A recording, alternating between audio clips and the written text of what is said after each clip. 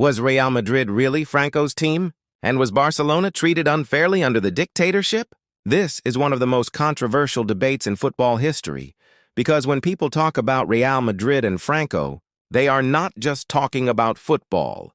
They are talking about power. They are talking about politics. And they are talking about a period when Spain was ruled by fear. After the Spanish Civil War, Francisco Franco ruled Spain as a dictator from 1939 to 1975. His regime repressed political opposition, restricted regional identities, and heavily targeted places like Catalonia. That matters because FC Barcelona was never just a football club. For many people, Barca represented Catalan identity, language, and culture. So when Catalan symbols were suppressed, Barcelona was affected too. The club's identity was pressured, reshaped and pushed under the control of a regime that wanted one Spain, one power, and one national story. And in that story, Madrid stood much closer to the center.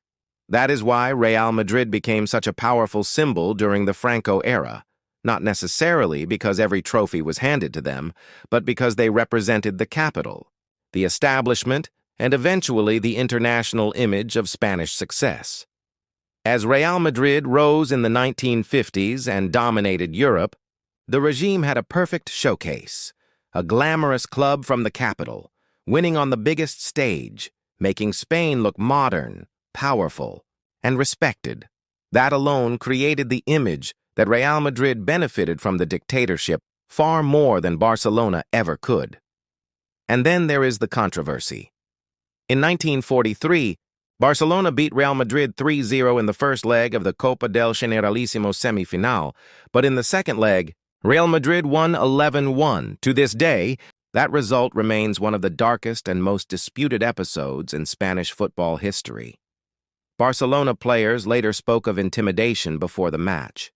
For many Barca supporters, that game became the clearest symbol of how power could shape football under Franco, not just through referees or officials, but through fear itself.